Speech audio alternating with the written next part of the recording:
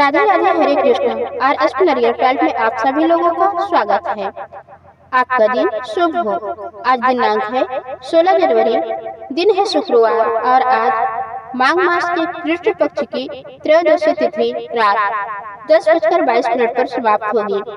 आज ब्रह्म मुहूर्त सुबह 5:37 से 6:25 तक रहेगा।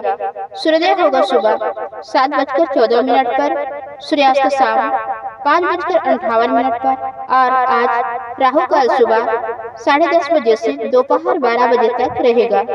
आज माघ महीने के कृष्ण पक्ष का शुक्र प्रदोष व्रत भी है। आइए आज आप सुनेंगे माघ मास अध्याय 13 की कथा। माघ मास को सभी मासों में श्रेष्ठ माना गया है।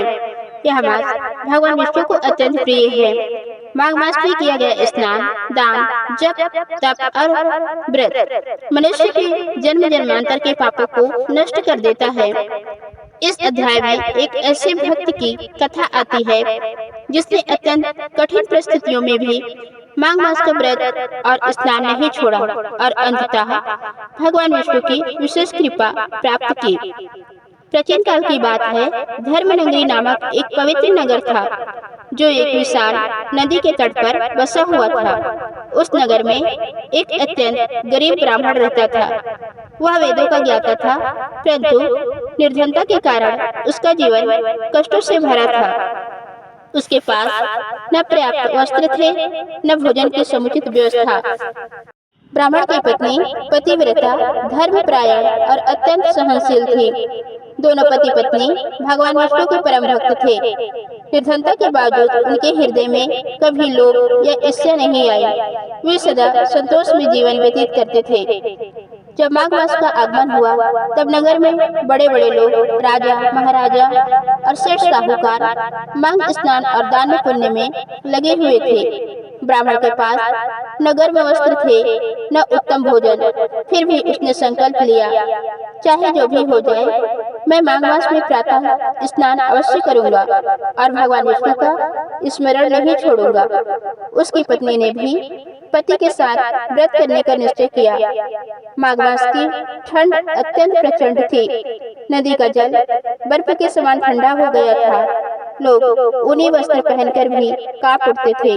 फिर भी ब्राह्मण प्रतिदिन ब्रह्म मुहूर्त में उठता, भगवान का नाम लेता और ठंडे जल में स्नान करता। स्नान के बाद तट पर खड़े होकर कहता, हे नर, यह शरीर नश्वर है पर आपकी भक्ति अमर है। उसकी पत्नी घर पर रहकर दीप जलाती, तुलसी को जल चढ़ाती और भगवान विष्णु के मंत्रों का जाप करती। कुछ लोग उस ब्राह्मण का उपहास करने लगे। इस निर्धन को देखो, न खाने को है न पहनने को, फिर भी माघ स्नान का ढोंग करता है। परंतु ब्राह्मण इन बातों से विचलित नहीं हुआ। वह जानता था कि सच्ची भक्ति को किसी के प्रमाण की आवश्यकता नहीं होती। एक दिन ब्राह्मण अत्यंत दुर्बल हो गया। कई दिनों से उसे भरपेट भोजन नहीं मिला था। शरीर कांप रहा था, परंतु उसने स्नान का संकल्प नहीं छोड़ा। जैसे ही वह नदी में उतरा, उसके शरीर में कंपन बढ़ गया और वह मूर्छित होकर गिर पड़ा। नगर के कुछ लोग दौड़े और उसे बाहर निकाला। उसकी पत्नी ने भी रोते हुए वहां पहुंची। उसने भगवान विष्णु से करुण प्रार्थना की, हे प्रभु, यदि मेरे पति की भक्ति सच्ची है तो कृपा करके इनकी रक्षा कीजिए। उसी क्षण आकाश से दिव्य प्रकाश प्रकट हुआ। भगवान विष्णु चतुर्भुज रूप में प्रकट हुए। उनके तेज से संपूर्ण तट प्रकाशित हो गया। सभी लोग भय और श्रद्धा से नमस्तक हो गए। भगवान विष्णु ने कहा, हे ब्राह्मण, तुम धन से नहीं भक्ति के धनी हो। माघ मास में किए गए तुम्हारे स्नान और व्रत से मैं अत्यंत प्रसन्न हूँ। भगवान ने अमृत के समान अपने चरणों का जल ब्राह्मण पर छिड़का। ब्राह्मण तुरंत स्वस्थ हो गया। उसका शरीर तेज से भर गया। भगवान विष्णु ने उसे वरदान देते हुए कहा, तुम्हारे सभी पाप नष्ट हो गए हैं। इस जन्म में तुम्हें किसी वस्तु का अभाव नहीं रहेगा और अंत में तुम्हें वैकुंठ की प्राप्ति होगी। भगवान ने वहां उपस्थित लोगों को भी उपदेश दिया। माघ मास में किया गया स्नान, दान और जप करोड़ों यज्ञों के समान फल देता है। जो श्रद्धा से माघ मास व्रत करता है वह मुझे प्रिय होता है। भगवान के दर्शन के बाद नगरवासियों का हृदय परिवर्तित हो गया। जो लोग पहले उपहास करते थे वे पश्चाताप करने लगे। सभी ने माघ मास के महत्व को समझा और श्रद्धा से स्नान, दान और व्रत किया।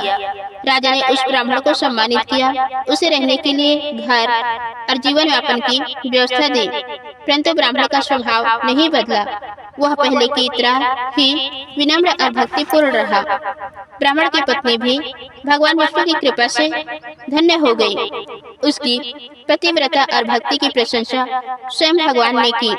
कहा जाता है कि ऐसी स्त्रियां लक्ष्मी स्वरूपा होती है। कथा कहती है कि माघ मास में एक दिन स्नान से भी अनंत पुण्य प्राप्त होता है। इस मास में तुलसी पूजन से विष्णु कृपा शीघ्र मिलती है। दान में अन्न, वस्त्र और तिल देने से पितरों को तृप्ति मिलती है। जो व्यक्ति माघ मास को व्यर्थ नहीं जाने देता उसका जीवन सार्थक हो जाता है।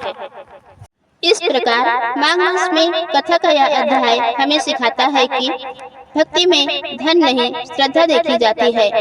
कठिनाइयों में भी जो व्यक्ति धर्म नहीं छोड़ता वही सच्चा भक्त है। भगवान विष्णु अपने भक्तों की परीक्षा अवश्य लेते हैं पर त्यागते नहीं। जो भी व्यक्ति श्रद्धा से इस कथा का पाठ या श्रवण करता है उसके जीवन में दरिद्रता, रोग और भय दूर हो जाते हैं और अंत में उसे विष्णु लोक की प्राप्ति होती है। तो दोस्तों ये थी आज की वीडियो। उम्मीद है आप लोगों को पसंद आई होगी। धन्यवाद।